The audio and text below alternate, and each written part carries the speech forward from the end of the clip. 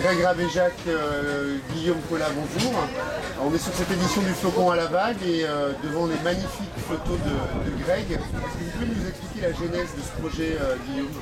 Alors, c'est vrai que j'ai suivi le travail de Greg depuis de nombreuses années, qui s'est intéressé à tous les éléments naturels avec de l'eau, donc que ce soit de la neige ou en passant par les lacs d'altitude pour arriver à la vague. Donc, c'est pour ça que ça s'appelle de la montagne à la vague. Ça s'appelle comme ça. Et donc, parce que Greg fait un super travail et je trouvais que c'était intéressant de mettre tout ça ensemble et voir le rendu. Voilà, donc je vais laisser plutôt Greg peut-être parler. Greg, vous l'aviez imaginé comme ça au départ ou c'est vraiment... Alors, au départ, c'était pas du tout pensé pour une exposition, c'était pensé à titre personnel comme une envie, une motivation de montrer tout ça aux gens, parce que l'eau c'est un élément qui nous constitue la base de toute vie sur Terre. Et je trouve qu'on ne le respecte pas assez, peut-être qu'on n'en a pas assez conscience, la fragilité que ça représente. Et donc mon idée c'était un petit peu de ramener ces images-là à tout le monde, pour montrer justement ce qui à moi me touche et me semble important de préserver. Donc je suis parti de 3000 mètres d'altitude.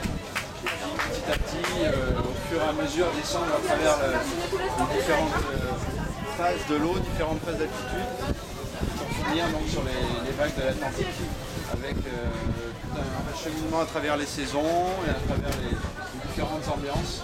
Donc c'est surtout un travail au niveau de la lumière et au niveau du jeu entre la lumière et l'eau, à travers un cadre naturel et sans retouche. Oui, il y a d'ailleurs des images saisissantes, celle du torrent avec le poisson et la libellule juste au-dessus de l'eau. Donc on précise bien que c'est effectivement fait sans aucune retouche, Voilà, et sans aucun... Enfin, il y a un coup de flash pour fixer la libellule, mais après c'est beaucoup d'attente, des idées, mais après pour le réussir et pour l'avoir, c'est simplement travailler, attendre.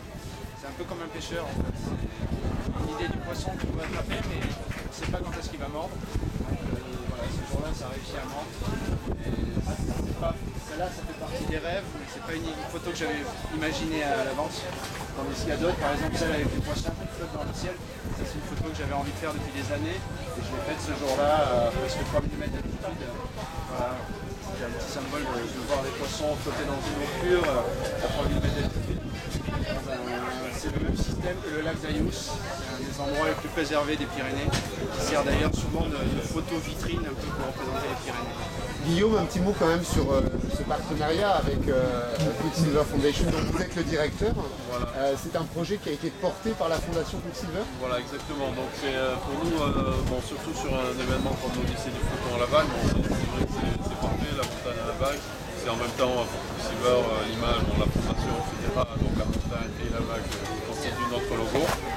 Et donc pour moi c'est une bonne base pour toutes les séances d'éducation qu'on a eues avec les enfants de la Mongie jusqu'à Saint-Jean-de-Luz. C'était une base pour leur faire se rendre compte de qu'il y avait de la vie dans l'eau, qu'il y avait des activités nautiques et de la beauté surtout des paysages avec de l'eau, et qu'il était important de préserver tous ces éléments. Alors après l'expo on expliquait plus en détail le cycle de l'eau, qu'est-ce que c'est vraiment, le cycle de l'eau naturelle, et ensuite avec un focus sur les menaces du cycle de l'eau, donc par les activités humaines et les comportements qu'il faut avoir face à l'eau pour la polluer un minimum. Si on veut retrouver le travail de Greg et cette expo, il y a un moyen, elle est itinérante, on peut se rendre sur un site web, il y a un livre, comment ça marche? Voilà, donc on a prévu de la mettre sur tous les événements Quicksilver et Moxie cette année.